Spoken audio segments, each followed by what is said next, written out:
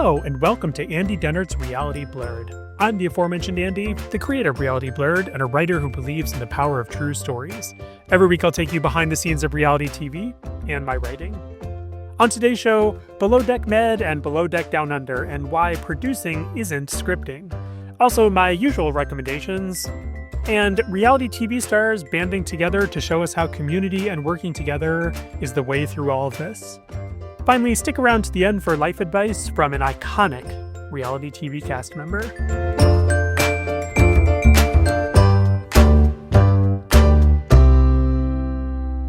Welcome back. Thank you so much for giving me space in your podcast app and joining me this week. I so appreciate that.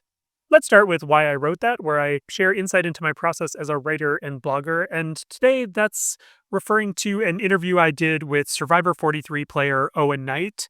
From the actual game of Survivor, you might remember Owen best as the person who made it to the final tribal council as one of the final three and got 0 votes, becoming the 0 vote finalist that we actually thought would be Gabler, who won that season. It was a completely baffling ending. The editing made no sense. It apparently surprised the people who were actually there to the way that vote went.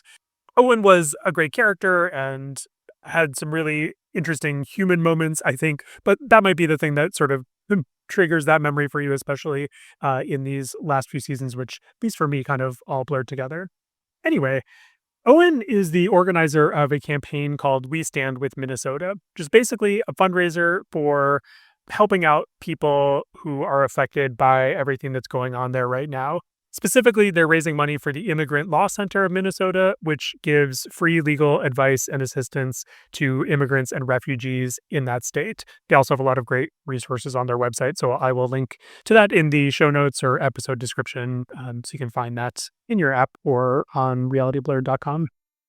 I'm not exactly sure where I first became aware of this campaign, but I do remember seeing the image that illustrates it, which is it's very striking because it's a grid of 48 heads of Survivor players and a few other reality TV stars too, illustrated, very colorful, and those are overlaid over an image or background of the Minnesota shutdown protest or one of them, where there were tens of thousands or hundreds of thousands. I didn't look that up before I started recording. How many people showed up outside the stadium to protest and take off work, school, etc., to really show opposition to the horrific violence and awful violation of everything we stand for in America that's happening in Minnesota and also elsewhere. I shared that on Blue Sky and planned to share it in my newsletter, and then it occurred to me, oh, maybe I should actually do more to amplify this other than just sharing the link. That's one of my goals for this year, is to try to amplify as much as I can and to use the small platform I have in this corner of the internet. And this is actually how a lot of my stories happen, honestly. Like, I will write something really quick, like maybe it's a post on a social network or on Reality Blurred's little update stream feed that's on the homepage, or maybe just say something to someone in my life after we watch an episode of TV or in a text message, and I'll be like, oh, I should do something more with that. And it's funny how it sort of doesn't occur to me first. It's kind of like I have to say it out loud, and then I'm like, that's it. So I was posting about this. It was like, oh, I should reach out to Owen and ask him about this, because I saw in an Instagram post someone saying that he had organized it. So I sent him a note. He was thankfully up for that interview, and you can read the entire interview on realityblurred.com. I really appreciated so much of what he had to say, but especially about using our platforms, our voices in this moment to really stand up for what's right and the kind of world that we want, and to fight against the things that we don't want to be part of our world and our country and our society.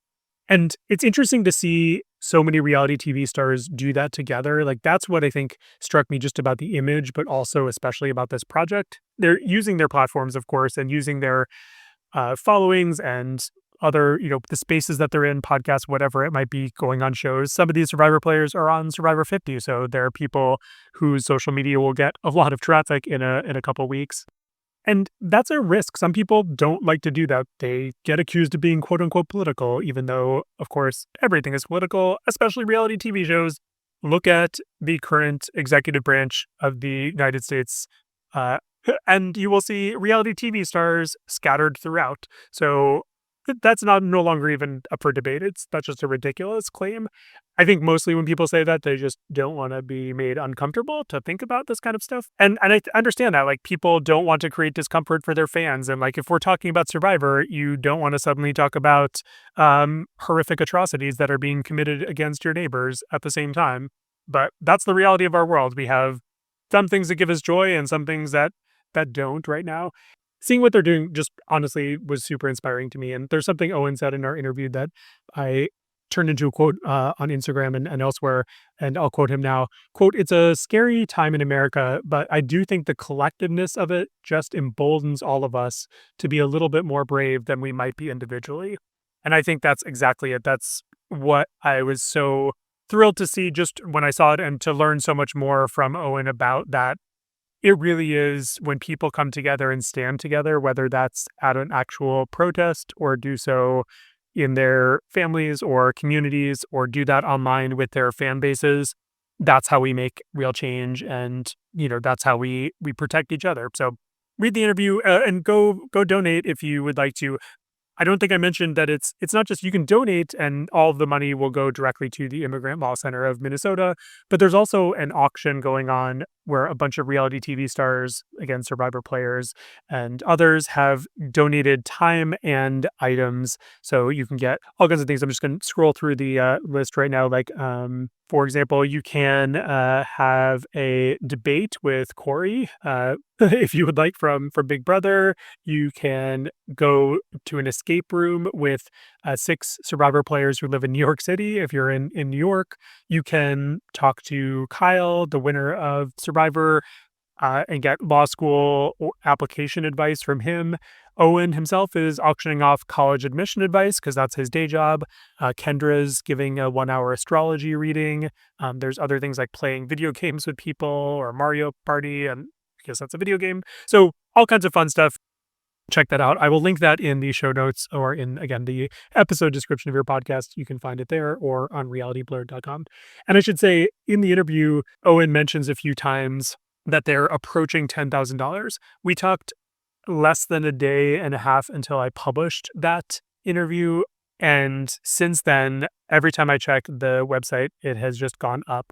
I actually published today, February 4th, which is a Wednesday, in the middle of the day, and it was something like 13,500. And I just reloaded the site right now, and it's $14,032. And so all of that will go to helping people. And as Owen talked about, it will make a real difference in people's lives. So bravo to everyone participating, and I really hope this helps inspire other people to do the same thing. Okay, on to behind the scenes, where I share details about how reality TV is produced. This segment was inspired by a post I saw on the Below Deck Med subreddit about the finale, and it's kind of a recurring theme, I think, in all reality TV, but the Below Deck subreddits comes up a lot. Like, is this show fake? Is it scripted? And the word scripted comes up a lot.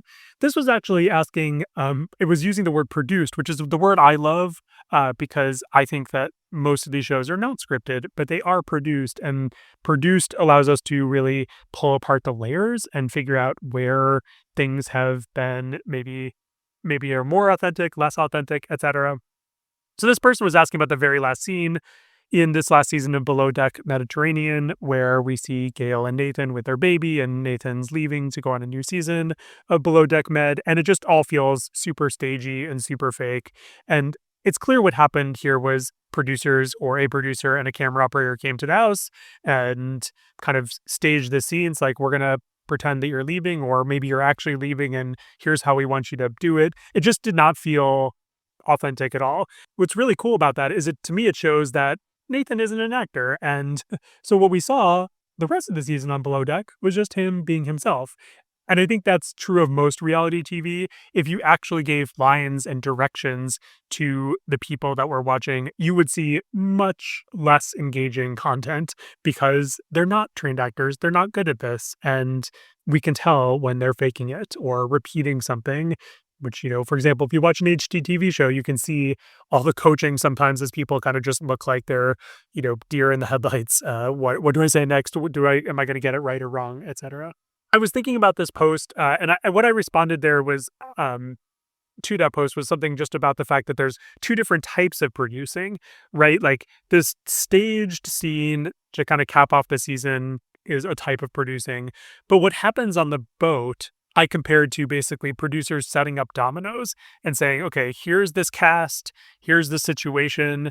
We're going to put together people who've never worked on the yacht before, some with experience, and we're going to bring in really demanding guests and give them just a couple days with them and then force them to change over and do a brand new set of guests, which is atypical in normal charter yachting, and just see what happens. So it's kind of like you set up all these dominoes and you watch to see how they fall and knock each other over. And sometimes you get surprised, and sometimes there's real life drama. Like there was a season of Below Deck where someone stepped into a rope that was being pulled off the back of the boat and they got their foot tangled in it. And that's the kind of thing that will kill someone and could have easily if someone hadn't acted. And that actually included one of the below deck camera operators who helped out in that moment. But I digress a little bit. That's what I think is interesting here is like in Below Deck Med, the producing is obviously in the casting. And probably the fakest thing that Below Deck does is have the captains talk about picking crew members, which we know that they're not picking crew members. Captain Lee has talked about this, how it's just like the production is giving him a bunch of idiots, basically. They also kind of act like, well, if a crew member is sick or has to be replaced or is leaving or gets fired, I'm going to try to hire somebody new. But of course, the person they're hiring is always someone we already know from a previous season who has drama with people on the boat. This season, for example, one of the crew members got sick, left the boat for one night, and magically, Gail, who was Nathan's love interest last season, was available to step onto the boat in Spain in a day. Like, how did that happen? And of course, they had cast her to be a replacement. They had her on deck, basically, not actually physically on deck, but she was there ready to go.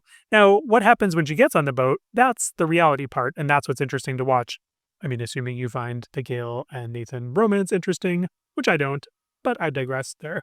And the crew members have talked about this before, the crew members being the cast members, that on the boat, the reality TV crew is really hands off. And, they have their own cabin where they sort of have a control center and they have all these remote cameras and, of course, actual camera operators walking around the ship.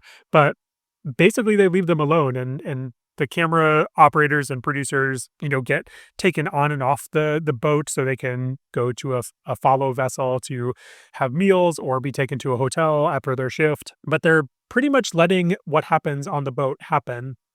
And that's to me the magic of Below Deck and what really makes it a good show. Of course, the last few seasons, it's becoming much more focused on the romance, the drama between crew, which to me is a lot less interesting than the workplace drama of it all. That's why I got into the show in the first place. I think we are starting to see something very similar in Below Deck Down Under, which just started this week.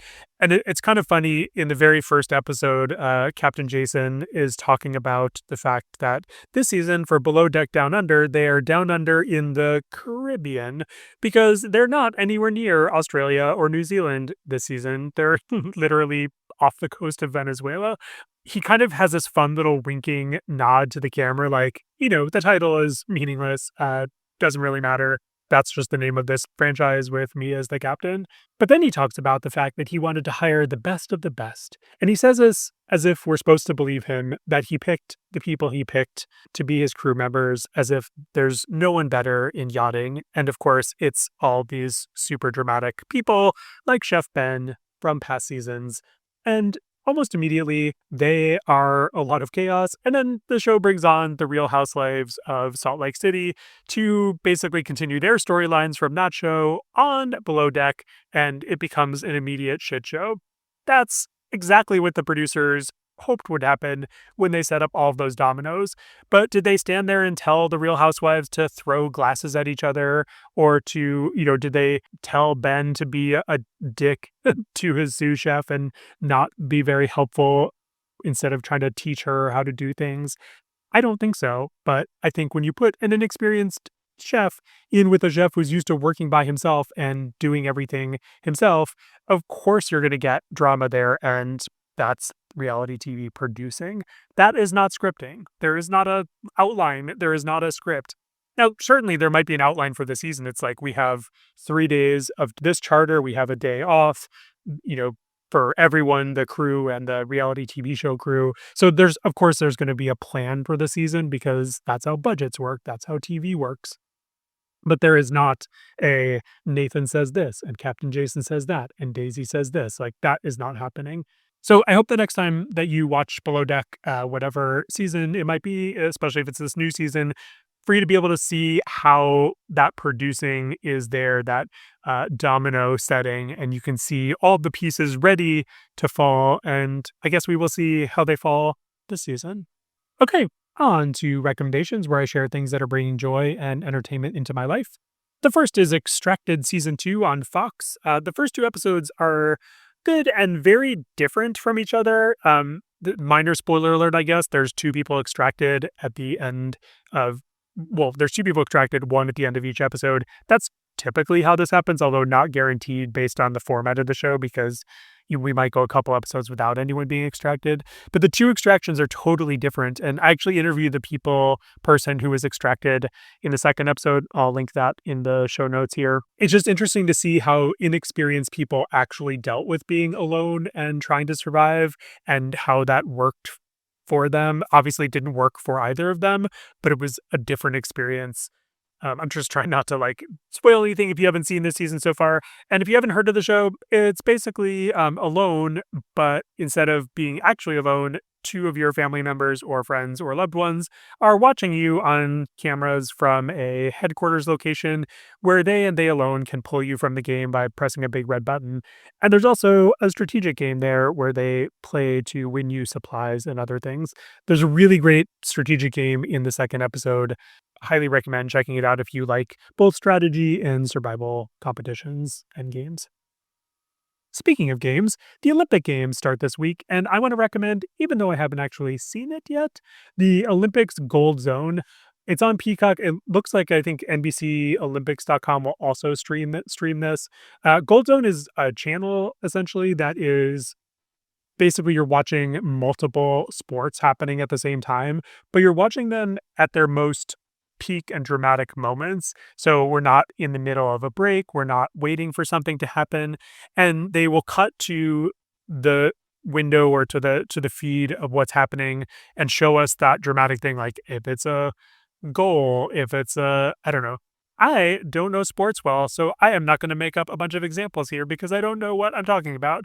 But I will just say, as a non-sports person who occasionally likes watching some Olympic sports and others kind of gets bored by, the Gold Zone was fantastic during the Summer Olympics and something that I had on a lot. So recommend checking it out if you want to see kind of if you're not into a particular sport at that moment or something going on, check it out and see if that provides any drama or interest for you.